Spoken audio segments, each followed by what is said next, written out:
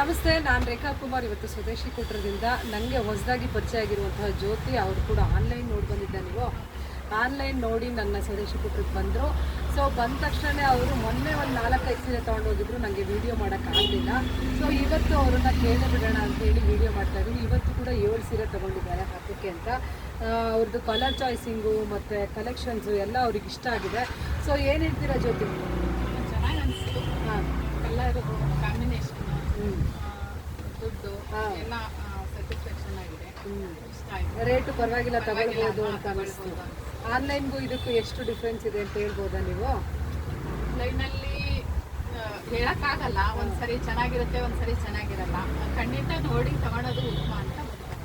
ಹೌದು, ಅವರು ಮಹಿಳೆಯರನ್ನ ಬೆಳೆಸಬೇಕು, ಮಹಿಳಾ ಉದ್ಯಮವನ್ನು ಬೆಳೆಸಬೇಕು ಅಂತೇಳಿ ಕೈಮಗ್ಗದ ಸೀರೆಗಳೇ ಬೇಕು ಅಂತೇಳಿ ಹುಡುಕೊಂಡ್ಬಂದು ಸ್ವದೇಶಿ ಕುಟ್ರಲ್ಲಿ ಈ ಒಂದು ಇಳ್ಕಲ್ ಸೀರೆನ ತಗೊಂಡಿದ್ದಾರೆ.